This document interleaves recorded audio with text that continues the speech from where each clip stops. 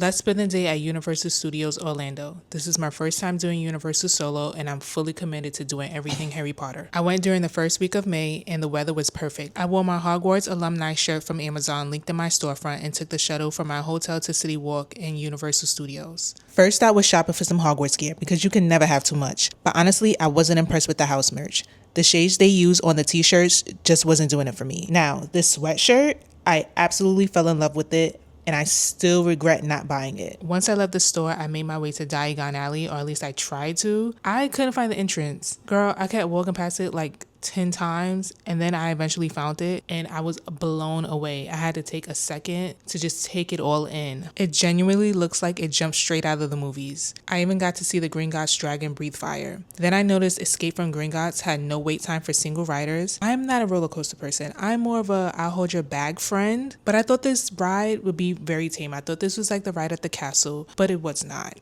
That first drop caught me completely off guard, but it was so much fun and ended up being one of my favorite rides the entire trip. After surviving Gringotts, I headed over to the Leaky Cauldron for lunch, and I'm still thinking about this waffle. It was so yummy. After that, I caught a live storytelling performance of The Tale of the Three Brothers, which is one of my favorite stories in the books. At that point, I wasn't really interested in doing more rides, so I made my way over to King Cross Station to board the Hogwarts Express to Hogsmeade and Islands of Adventure. The train ride was a pretty cool experience, but you do need a park-to-park ticket to board. Not only do you get the train ride experience, but it also saves you from walking between parks. Once you exit the Hogsmeade station, you're met with the Hogsmeade Village and the Hogwarts Castle in the background. The village is covered in snow year-round, and I can only imagine how magical it must look during Christmas. Then it was finally time for Hagrid's. The wait said 80 minutes, and I was convinced single rider line would be faster, but it wasn't. And how do y'all feel about Hagrid's not being included in the Express Pass anymore? Let me know in the comments. By the time I got off, I had the worst motion sickness, and my first day at Universal was officially over. I understand the hype behind that ride. It's really good. I've been looking forward to visiting the Wizarding World of Harry Potter for months, and finally getting to experience it again was everything I hoped it would be. Thanks for joining me on my first day exploring Universal Studios Florida and Islands of Adventure. Follow along for day 2 while I'll be exploring more of Islands of Adventure and Epic Universe. And if you're a Harry Potter fan, Universal Orlando absolutely deserves a spot on your travel bucket list.